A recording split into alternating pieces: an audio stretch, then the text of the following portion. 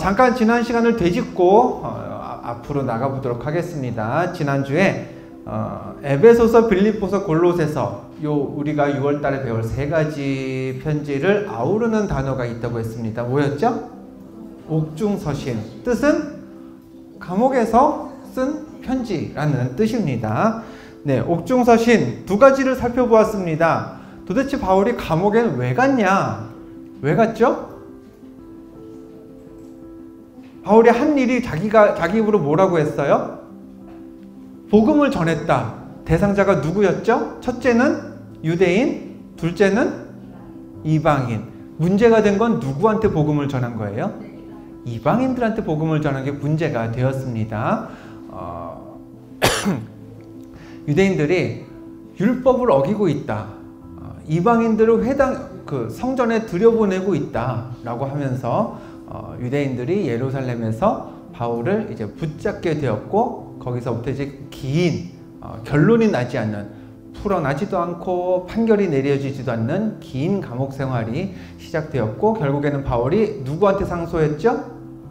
가이사, 로마의 황제 시저한테 상소해서 로마로까지 가게 되어서 로마에 있는 감옥에도 머무르게 되었다라고 했습니다. 지금 또 답을 말씀드렸네요. 두 번째 질문 우리가 지난 시간에 살펴보았던 겁니다. 어디 감옥에 있었느냐 그러면? 물론 중간중간 바울은 다른 곳에서도 감옥에 있었습니다만 옥중서신을 기록한 감옥은 아마도 로마 감옥일 것이라고 많은 학자들이 그렇게 주장하고 있습니다. 그런데 두 번 수감됐다고 말씀드렸죠. 첫 번째 수감된 거는 성경에도 감옥이란 표현 대신 뭐라고 표현하고 있었죠? 셋집.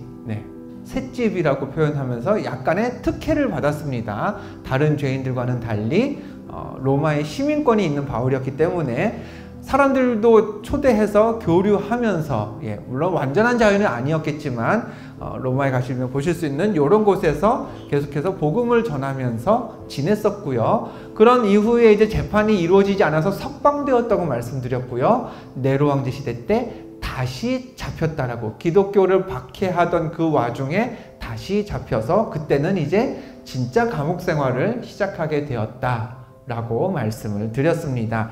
네. 여기까지 이제 지난 시간에 살펴봤던 바울이 왜 감옥에 갇혔느냐, 그럼 어느 감옥에 있었느냐라는 거 살펴봤고요. 오늘 이제 에베소서, 빌립보서, 골로새서 중에 오늘은 첫 과목, 첫 편지 에베소서를 알아보도록 하겠습니다. 지난주에도 제가 언뜻 말씀드렸습니다. 신약 시대의 배경이 되는 지역은요, 다 요 지도 안에, 동그라미 안에 다 들어가 있어요. 그렇죠? 주로 지중해 연안입니다. 지중해 연안, 요 바다가 다 지중해죠. 이스라엘이 여기 있고요. 유대, 팔레스타인이라고 불리죠. 그 다음에 시리아 쪽까지 안디옥 교회가 있는 곳, 대표적으로 시리아입니다. 그리고 지난 시간에 지금의 터키를 성경에서는 주로 뭐라고 말한다고 했죠? 아시아. 소아시아는 우리가 지금 생각하는 우리의 아시아, 대륙, 큰 대륙을 그냥 아시아라 그러고, 그것과 구별하기 위해서 그냥 소아시아라고 부르는 거고요. 성경에는 그냥 아시아라고 나옵니다. 아시아에 해당하는 터키, 그리고 그리스, 성경에는 뭐라고 나온다고 했죠? 헬라라고 나오고요. 조금 더 세부적으로 말씀드리면 요 본토는 마게도냐, 요 밑에 지방, 고린도가 있는 밑에 지방은 아가야 지방이라고 이렇게 성경에 등장을 합니다. 네. 신약 시대는 요 지도만 보면은 바울이 다녔던 곳, 예수님 계셨던 곳 다 나오는 겁니다. 그런데 에베소는 저기서 어디에 있느냐? 아시아라고 불리는 터키의 지중해 연안, 서쪽 해안가에 있는 곳이 에베소입니다. 확대해 보면 이렇게 되겠죠. 여기가 그리스고 여기가 터키입니다. 터키인데 여기 우리가 지난 시간에 봤던 밀레도라는, 바울이 2차 전도 여행 끄트머리에 들렀던 밀레도라는 곳이 있었고요. 그 다음에 에베소가 그 위에 인근에 있습니다. 바닷가에 붙어 있는 거 보이시죠? 네, 항구 도시였습니다. 항구 도시였고요. 요한계시록에 나오는 7개 초대교회, 지난 시간에도 보여드렸던 지도인데요. 요 교회들의 중심지, 그러니까 저 나머지 6교회들의 성장하도록 사람을 보내고 목회자를 보내고 전도자를 보내는 역할을 했던 모교회의 개념이 이제 에베소 교회다라고 생각하시면 크게 틀리지 않으리라 여겨집니다. 예, 터키의 서쪽 해안 지역이 있고요. 지리적으로 항구 도시이고요. 에베소 교회가 먼저 세워졌고 그 영향력을 따라 나머지 초대교회들이 서머나 교회, 두아디라 교회, 라오디게아 교회 이런 교회들이 다 세워졌다는 것을 짚어보면서 바울과 에베소의 인연이 어떻게 되었는지를 먼저 짚어보고 이제 에베소서를 들어가도록 하겠습니다. 자, 바울과 에베소. 바울이요, 지난 시간에도 말씀드렸죠. 전부 몇 차례 전도 여행을 갔었죠? 3번 전도 여행을 떠났습니다. 그 중에 2차 전도 여행과 3차 전도 여행 때 에베소를 경유하게 되는데요.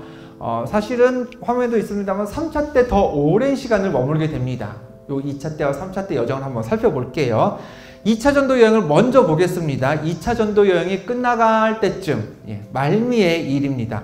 성경 가지고 계신가요? 네, 사도행전 18장 18절을 펴보겠습니다. 사도행전 18장 18절.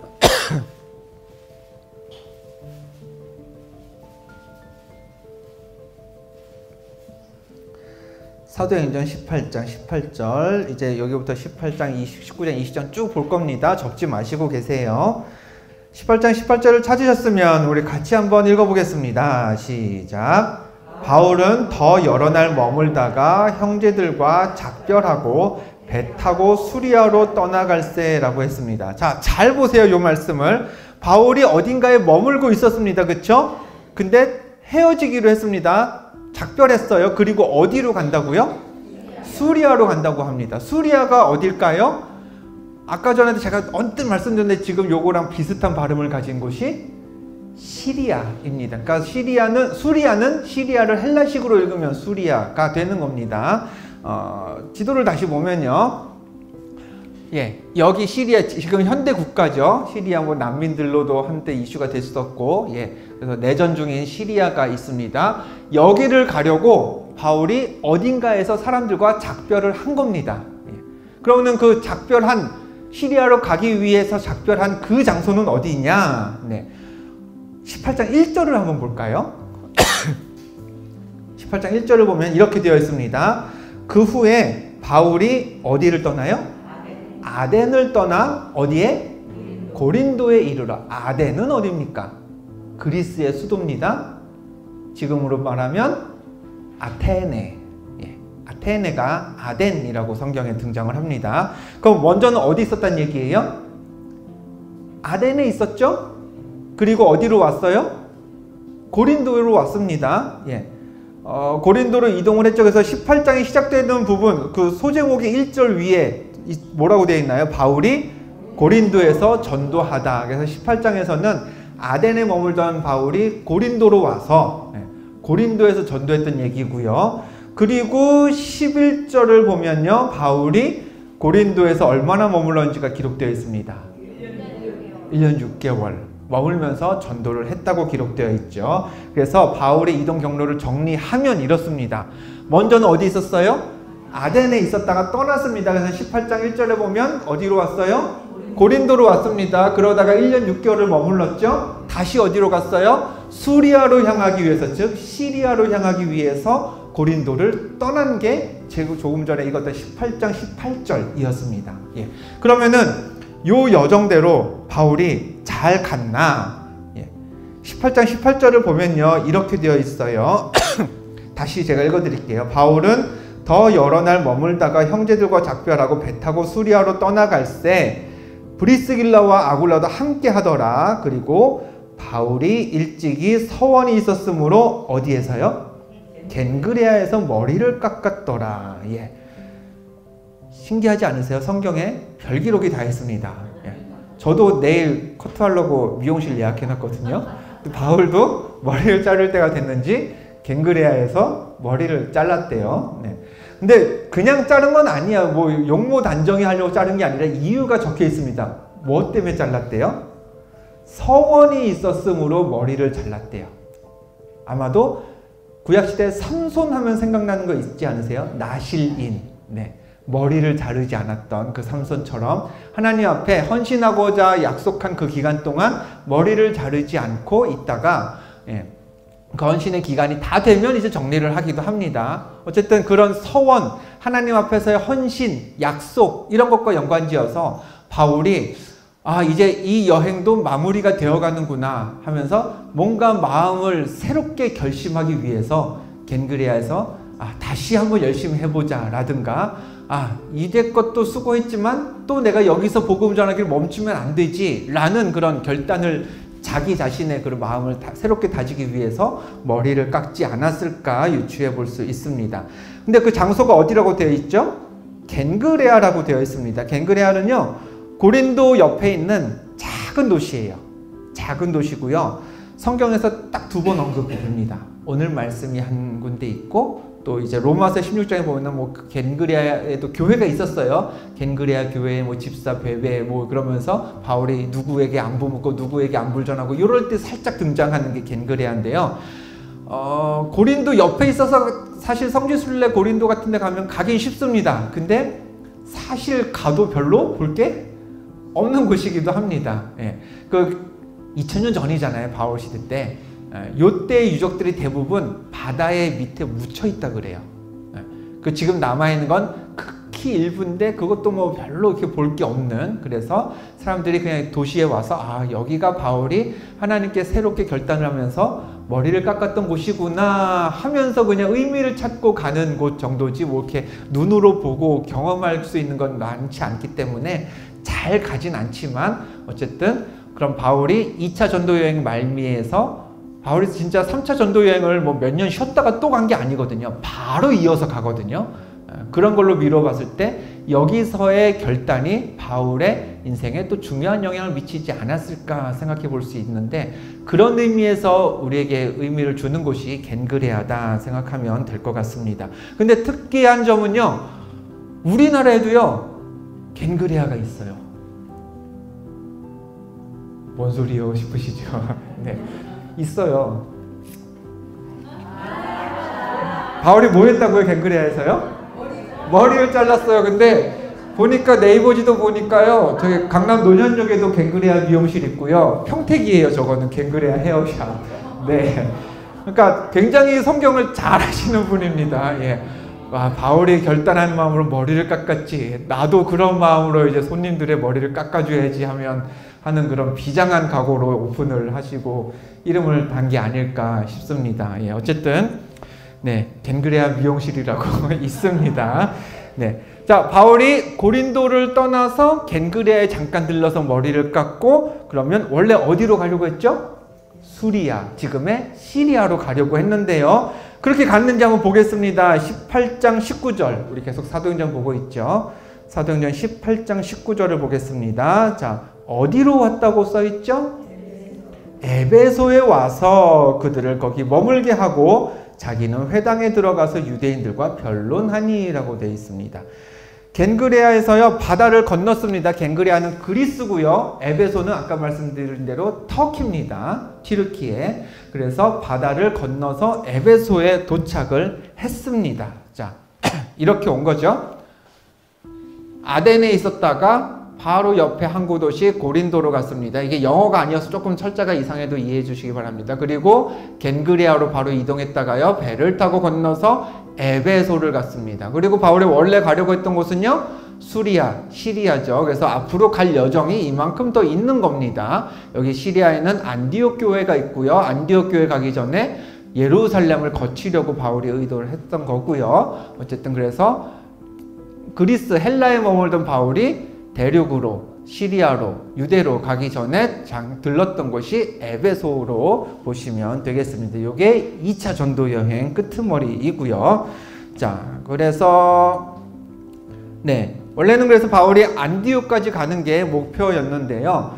당시에 바울 시대에 지난 시간에도 말씀드렸습니다. 바울이 사람들이 말려도 잡힐 것 같아도 꿋꿋이 갔던 곳이 어디예요?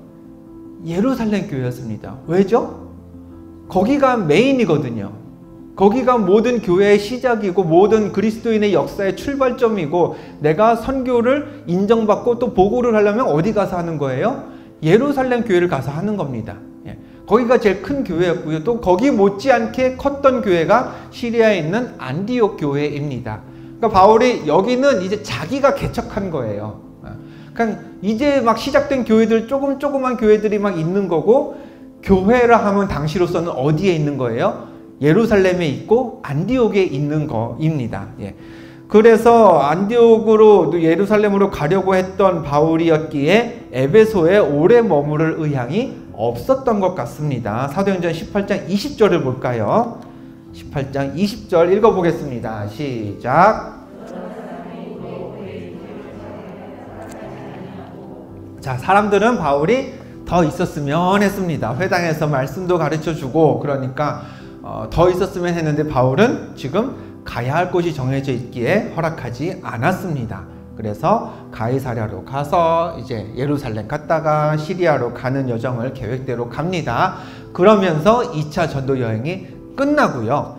이제 3차 전도 여행이 시작되는데요. 사실 3차 전도 여행에서 바울과 에베소의 관계를 더 많이 볼 수 있습니다. 왜냐하면 바울이 에베소에 3차 때 더 오래 머물렀기 때문이죠.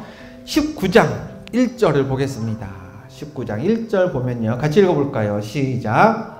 아볼로가 고린도에 있을 때에 바울이 윗지방으로 다녀 에베소에 와서 어떤 제자들을 만나 라고 했습니다. 자, 아까 자료인가요? 아볼로라고 바울의 동역자는 윗동네, 여기 고린도 윗동네에 있었고요. 바울은 어디요? 아니죠. 아볼로가 고린도에 있을 때 바울이 윗지방으로 다녀서 에베소에 왔다고 했습니다. 바울은 에베소에 있었고 아볼로는 여기서 사역을 하고 있었던 거죠. 자, 요런 상황에서요.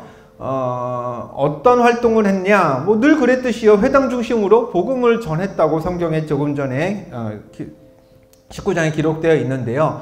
그래서 바울이 에베소에서 말씀을 전했던 결과가 어땠는지 살펴보겠습니다. 9절 볼까요? 19장 9절. 읽어봅니다. 시작.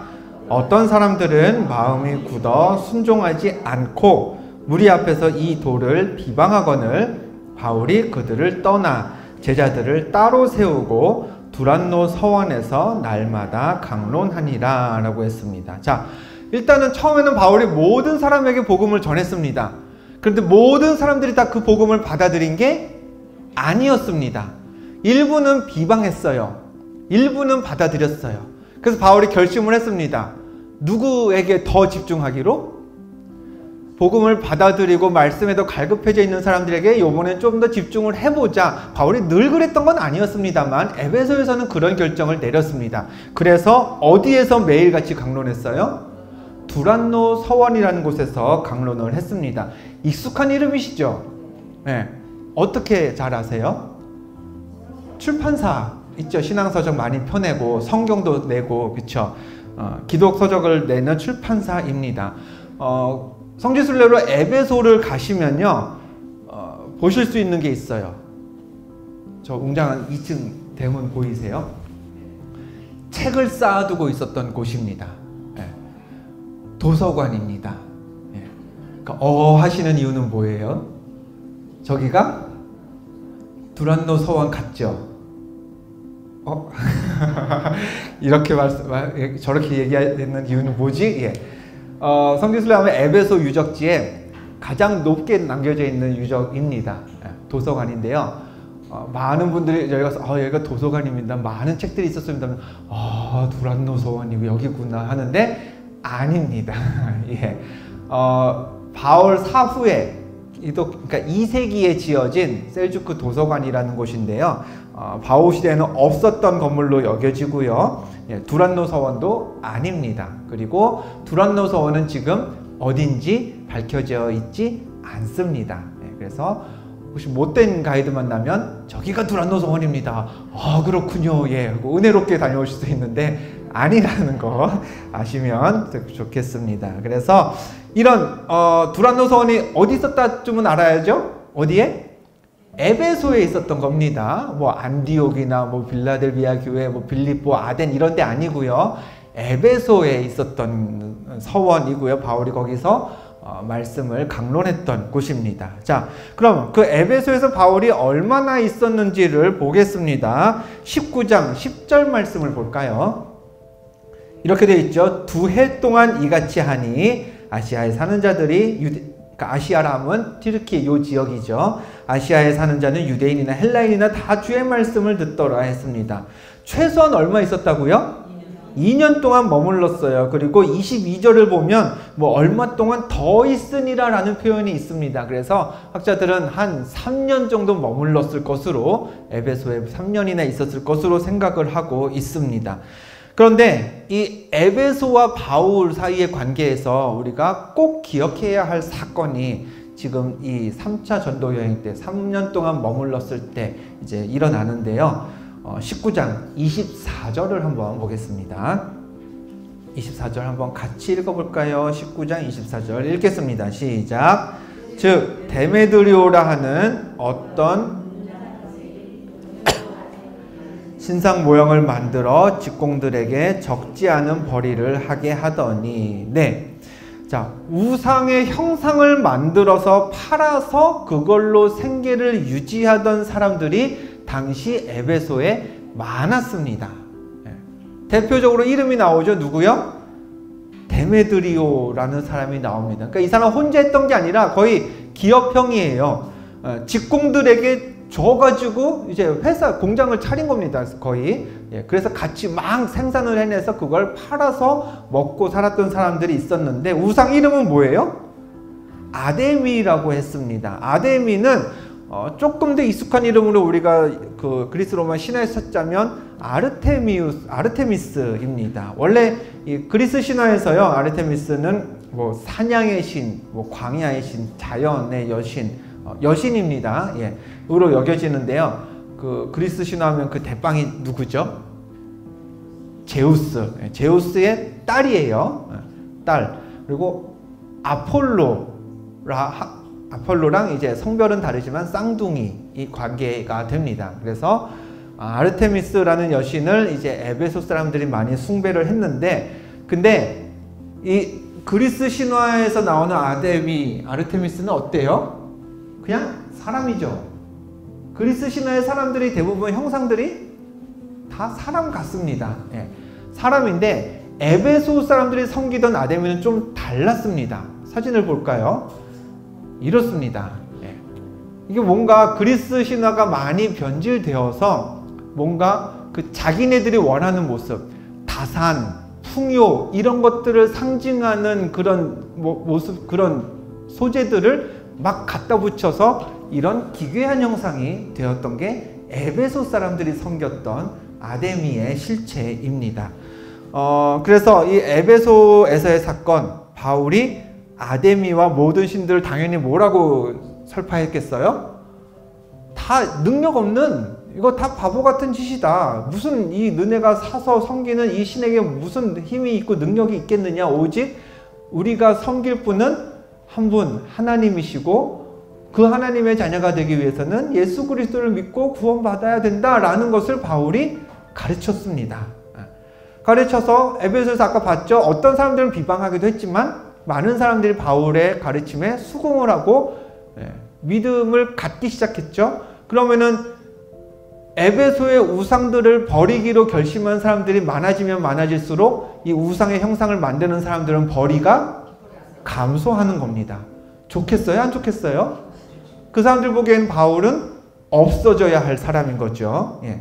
그래서 당시에 에베소에 있는 아데미 성전이 이 정도로 웅장했을 거라고 예상을 합니다. 그 규모나 구조를 봤을 때. 근데 지금 에베소에 가면 보실 수 있는 아데미 성전은 그냥 요 정도입니다. 예.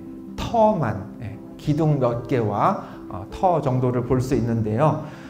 그래서 이제 바울이 그 데메드리오 무리들과의 그 충돌로 인해서 에베소에서 또 급히 나가게 되는 그런 일들도 이어지고요.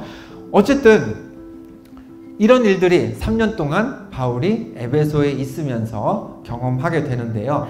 아까도 보여드렸지만 에베소는 아시아, 그러니까 튀르키예 서쪽 지중해 연안에 있는 항구 도시입니다. 그런데 나중에 가서 보시게 되는 분들은 또 아시겠지만 지금 에베소는요, 에베소라고 검색하고 찾아가시면 안 돼요. 예, 비행기를 타든 배를 타든 일단 어디로 가야 되냐 하면요, 쿠사다시라는 곳으로 가야 됩니다. 현재 도시인 쿠사다시에 가야 거기에 뭐 교통이 있고 숙소가 있고 요렇습니다. 예. 쿠사다시에 가면 그리고 에베소 유적지를 가려면 차로 뭐 한 20분 정도 가야 보실 수 있습니다. 자, 보세요. 옛날에 조선의 수도가 어디였나요? 한양이죠.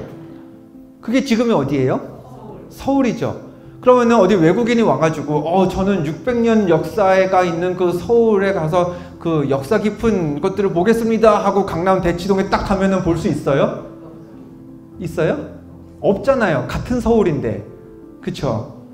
예전에 한양 사대문 안에 있는 한양과 지금의 서울은 비록 우리가 같다고 말은 하지만 정확히 같지는 않습니다. 그쵸? 그 한양의 유적을 보려면 광화문으로 가야 되는 거죠. 그쵸? 마찬가지입니다. 에베소를 가서 저 지역이 다 에베소입니다만 옛날에 2000년 전에 에베소는 지금보다 훨씬 작았어요. 한 마을 정도 수준이었던 거예요. 지금 옛날에 한양 도성이 그냥 조그만 동네였던 것처럼 우리가 보기엔 쬐끔하잖아요. 지금 서울의 그 천만 도시에 비해서는.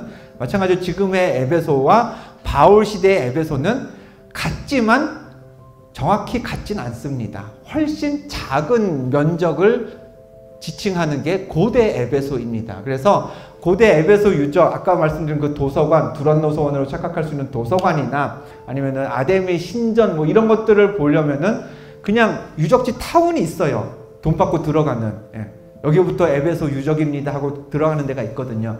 가서 보실 수 있는 거고, 예. 실제적으로 에베소를 하는 데는 지금 훨씬 더 큰 도시, 그리고 그 역할을 이제 쿠사다시라는 곳에서 하고 있는데요. 가만히 지도를 보세요. 제가 처음부터 설명드렸는데 에베소의 지리형적 특징이 무슨 도시라고요? 항구 도시예요. 그때 이게 항구예요? 아니죠. 네. 그 기원 후 한 6세기, 7세기쯤에 지진이 일어납니다. 지진이 일어나서 토사물들이 그 지진 이후로 계속해서 강으로 흘러나와서 땅을 메꾸게 됩니다.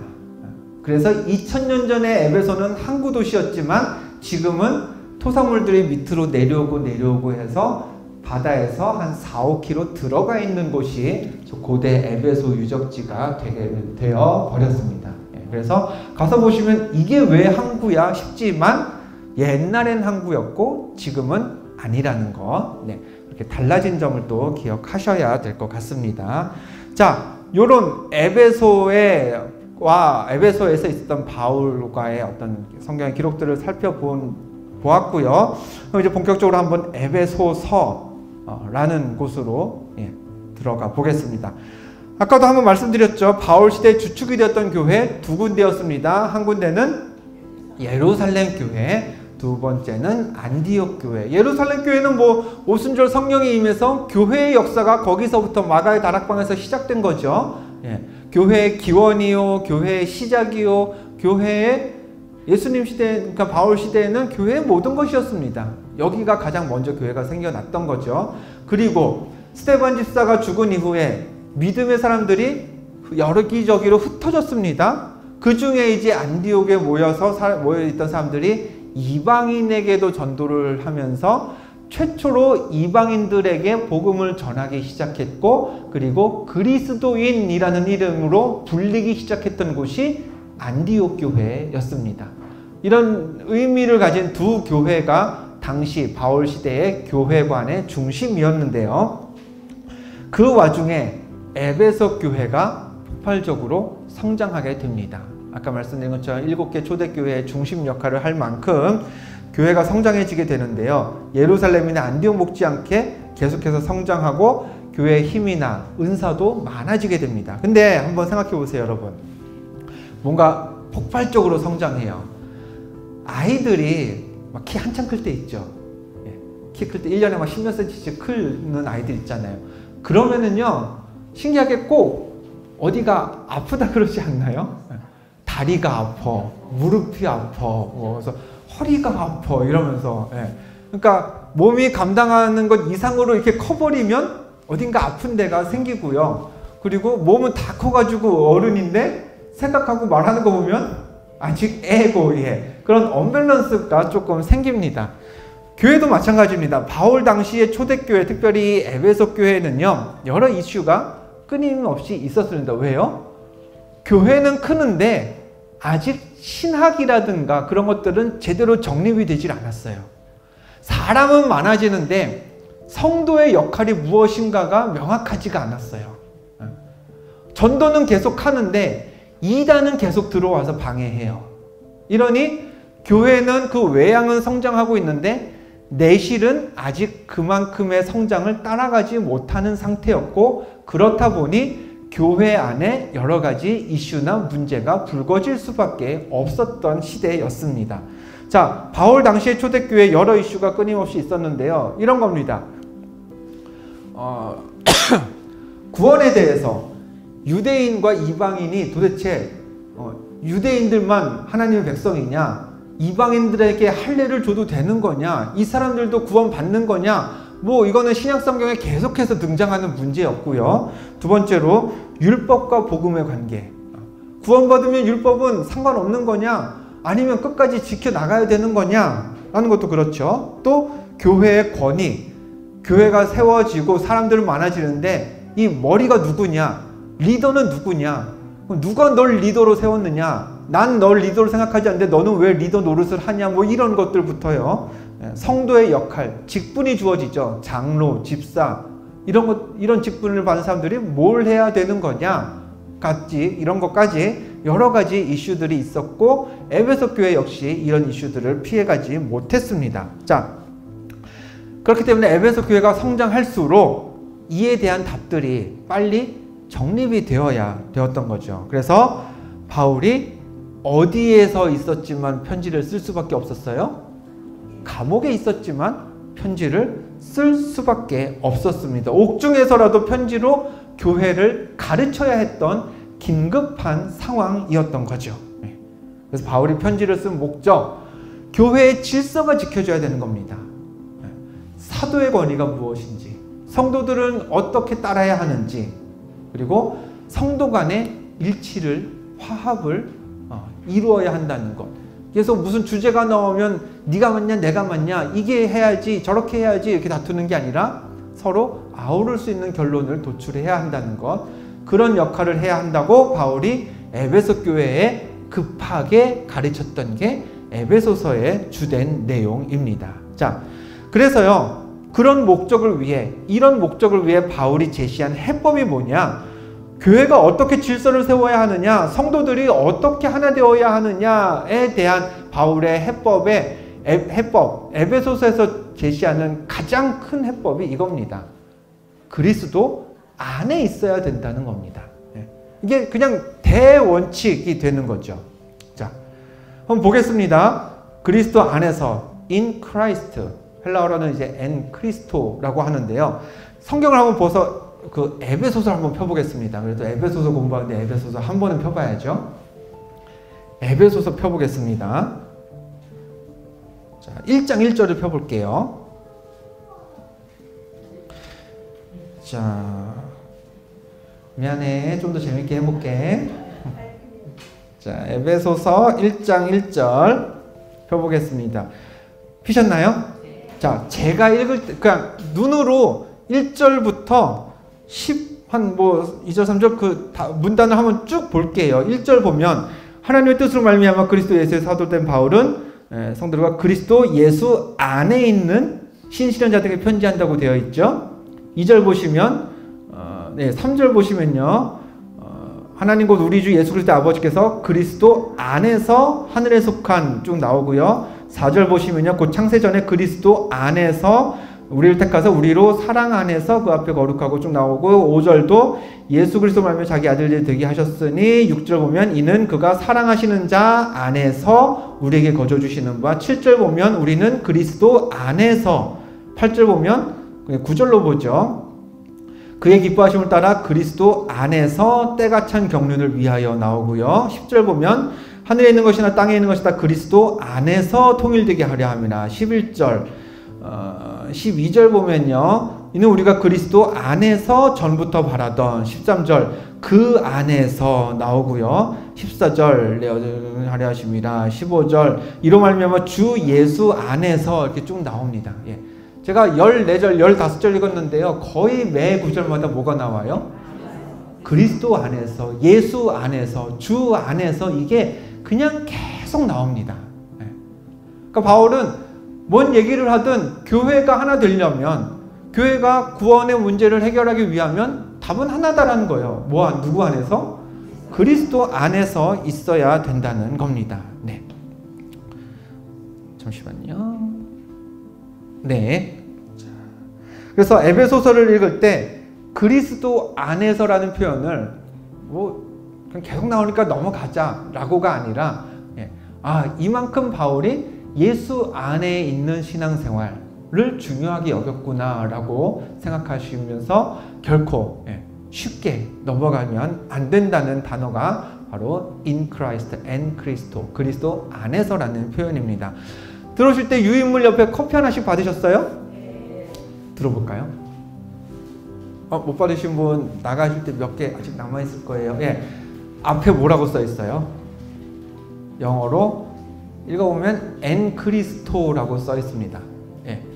이게 그리스도 안에서, 영어로는 in Christ, 헬라어로 en Christo가 됩니다. 제가 사실은 딴 거를 찾으려고 이렇게 엔 크리스토를 검색하다 보니까 어떤 커피 회사 이름이 엔 크리스토 커피더라고요. 그래가지고 이거 드리면 그래도 드시고 나서 잊어버리진 않으시겠지 싶어서 샀습니다. 그러니까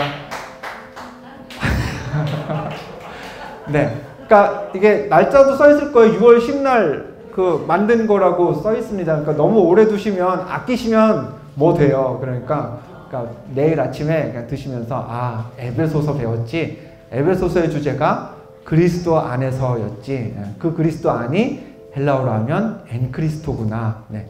그러면서 에베소서 읽으실 때마다 바울이 제시한 놀라운 교회를 치유하는 해법, 그리스도 안에서라는 거 꼭 기억하시길 바랍니다. 예, 오늘 오신 분들 제가 주일에 여쭤볼 거예요. 에베소서의 주제가 뭐라고요? 하면은 멋있게 헬라어로 말하시는 겁니다. 엔 크리스토라고. 네. 자, 그러면은 바울은 그랬던 거죠. 연합하되 그것도 어떻게? 그리스도 안에서 연합해라. 교회는 그리스도 안에서 하나가 되어야 한다 라는 주제를 그 에베소서가 갖고 있는데요. 그 에베소서를 좀 더 쉽게 이해할 수 있는 한번 구조를 따져보려고 하는데 요걸 떠올리면 될 것 같아요. 지금 건물이 몇 층짜리예요? 3층짜리입니다. 자, 멀리서 보면 제일 잘 보이는 건 몇 층이에요? 에이, 사람들 많고 건물 많으면 1층 잘 안 보이잖아요. 제일 높은 데가 살아도 꼭 저기 한 4층짜리 이렇게 주택 상가 건물도 꼭 주인은 4층 살더라고요. 밑에는 세주고. 그렇지 않나요? 그러니까 제일 잘 보이는데 그나마 제일 높은데, 그래서 이렇게 내려다 볼 수 있는데 여기는 3층입니다. 그러니까 바울이 진짜 커피 냄새가 벌써 나는 것 같지 않으세요? 바울이 진짜 하고 싶은 얘기들은 사람들이 다 봤으면 하는 것들은 3층에 다 쌓아놨어요. 바울이 에베소서에서요. 근데 보겠습니다. 3층에 있으려면 꼭 필요한 게 있어요. 뭐가 있어야 될까요? 2층에 있어야죠. 2층에 있어야 3층을 세우죠. 그렇죠? 그 2층에 있으려면 진짜 꼭 없어서는 안 될 게 있어요. 1층에 있어야 돼요. 그러니까 1층은 기초가 튼튼하고 그 위에 2층을 살짝 얹어놓고, 그리고 나서 바울이 진짜 하고 싶은 얘기 3층에서 다 풀어놓은 거예요. 이런 구조를 생각하면서 한번 보겠습니다. 자, 3층을 먼저 보겠습니다. 바울이 이야기하고 싶었던 것. 3층을 보면 이겁니다. 3층은 에베소서 1장부터 6장 9절까지라고 제가 그냥 카테고리를 했습니다. 그냥 에베소서 거의 다예요. 끄트머리 빼고 거의 답니다. 바울이 하고 싶었던 이야기 두 개입니다. 우리를 구원하신 하나님. 하나님이 우리를 구원하시면서 교회가 시작되었고 그 구원의 증거가 교회 안에 있다 그러면서 우리는 그 구원받은 자로서의 합당한 삶을 살아야 한다라는 것을 바울이 3층에서 풀어놓습니다. 너희들 이걸 다 알아야 돼. 하나님의 구원의 역사와 그 구원의 역사에 합당하게 살아가는 성도의 삶이 무엇인지를 바울이 이야기하고 있는데요. 요 3층도요. 방을 딱 둘로 나눌 수 있을 것 같아요. 두 집이 산다고 보시면 될 것 같아요. 1장에서 3장은요. 이론입니다. 뭐죠? 그러니까 구원에 대해서 자세히 설명해요. 그러면서 뭐 하나 명령하는 게 없어요. 그냥 친절하게 바울이 하나님의 역사를, 예수 그리스도와 십자가를 통한 역사를 설명합니다. 근데 4장부터는 조금 달라요. 성도의 삶에 대해서도 이야기했다 그랬죠. 성도의 삶에는 이런 것들을 해야지, 이렇게 살아야지, 저런 것도 지켜야지 하면서 바울이 30개 이상의 명령형을 제시합니다. 그래서 하나님의 구원의 역사와 그에 합당한 구원을 받은 자로서의 성도의 삶, 이 두 가지를 바울이 조금 다른 문체, 다른 스타일로 이렇게 이야기를 하는 게 에베소서 1장에서 6장 전반부까지의 대부분의 에베소서의 핵심입니다. 그리고 그 중심은 뭐다? 엔 그리스도, 그리스도 안에서 이런 구원의 역사를 누리고 성도로서의 삶을 살아야 한다는 게 드러나 있고요. 자, 요게 3층의 내용이면 2층은 이렇습니다. 짧아요. 기초입니다. 3층을 떠받치기 위한 기초. 길진 않아요. 그렇지만 분명한 내용이 있습니다. 에베소서 6장 10절에서 17절을 볼까요? 보면 10절, 11절만 한번 읽어보겠습니다. 그 앞에서 9절까지 바울이 1장부터 6장 9절까지 하고 싶은 이야기 실컷 했어요. 그러면서 10절에 보면 뭐라고 돼 있어요? 끝으로 하면서 안 하면 안 되지만 마무리는 져야 하지만 그러나 중요한 2층 기틀을 하나 더 던져놓는데요. 끝으로 너희가 주 안에서와 그의 힘의 능력으로 강건하여지고 마귀의 관계를 능히 대적하기 위하여 하나님의 전신갑주를 입어라. 앞서 내가 성도의 삶 어때야 된다고 다 말했지. 구원은 어떻게 시작되어서 어떻게 진행되었다고 다 알려줬지. 그런데 그런 구원에 대한 역사적인 지식 위에서 그리스도인으로서의 삶을 살아가려면 2층, 3층을 떠받칠 2층이 있어야 되는데 그게 뭐다? 전신갑주를 입어야 된다는 겁니다. 그래야 하나님의 은혜로 구원받은 성도답게 살 수 있는 게 가능해진다는 이야기죠. 이 얘기가 10절에서 17절까지 있고요. 그럼 2층 전신갑주를 잘 입으려면 그러면 그것마저도 다 떠받치는 모든 것의 기초가 되는 1층이 있습니다. 그게 뭐냐? 6장 18절 한번 볼까요? 1층은 6장 18절 한 절이면 모든 기도와 간구를 하되 항상 성령 안에서 기도하고 이를 위하여 깨어 구하기를 항상 힘쓰며 여러 성도를 위하여 구하라. 제가 이게 한 절인데요. 보세요. 모든 기도와 간구를 하되, 기도나 간구나 다 하나님께 구하라는 거죠. 항상 성령 안에서 기도하고 이를 위하여 깨어 구하기를 항상 있으며 여러 성도를 위하여 구하라. 그러니까 구하고 기도하라는 얘기가 한 절에만 몇 번이 나와요? 5번이 나와요. 동시에 바울은 자신을 위해서도 기도해 달라고 합니다. 나를 위해서, 너희를 위해서 계속 구해야 돼. 그래야 우리가 2층도 싸울 수 있고 전신갑주를 입을 수 있고 그래야 우리가 그 위에 3층 구원의 역사를 경험하고 성도의 삶을 살아갈 수 있는 거야 라고 바울이 에베소서에서 하고 싶은 얘기는 1장에서 6절까지 다 하고 마지막에 갈수록 중요한 것들을 짧게 기초 터전을 깔아놓고 있습니다. 19절 20절도 한번 볼까요? 19절 20절도 보면요. 또 나를 위하여 구할 것은 내게 말씀을 주사. 나를 위해서 이렇게 기도해달라고 부탁하고 있죠. 이 일을 위하여 내가 쇠사슬에 매인 사신이 된 것은 나로 이 일에 당연히 할 말을 담대히 하게 하려 하심이라. 자기가 지금 이 당연히 하고 있는 이 일들을 계속할 수 있도록 기도해달라는 부탁을 에베소 교회의 마지막으로 던지고 있습니다. 결론은 이겁니다. 자, 교회의 기초는 결국에는 뭐다? 1층 기도입니다. 기도하라는 겁니다. 바울이 길게 얘기하진 않았어요. 그렇지만 분명히 자기를 위해서, 너희를 위해서 기도해야 된다는 걸 언급하고 있고요. 그 기도 위에, 기초기 때문에 뭐 길게 설명은 안 했습니다. 그러나 그 위에 2층을 쌓으면서 바울이 한 이야기는 전신갑주, 기도 위에 그냥 헐겁게 신앙생활을 하는 게 아니라 딱 점검하고 정비 갖춰서 전신갑주를 입고 그 위에 3층으로 올라가야 된다는 거죠.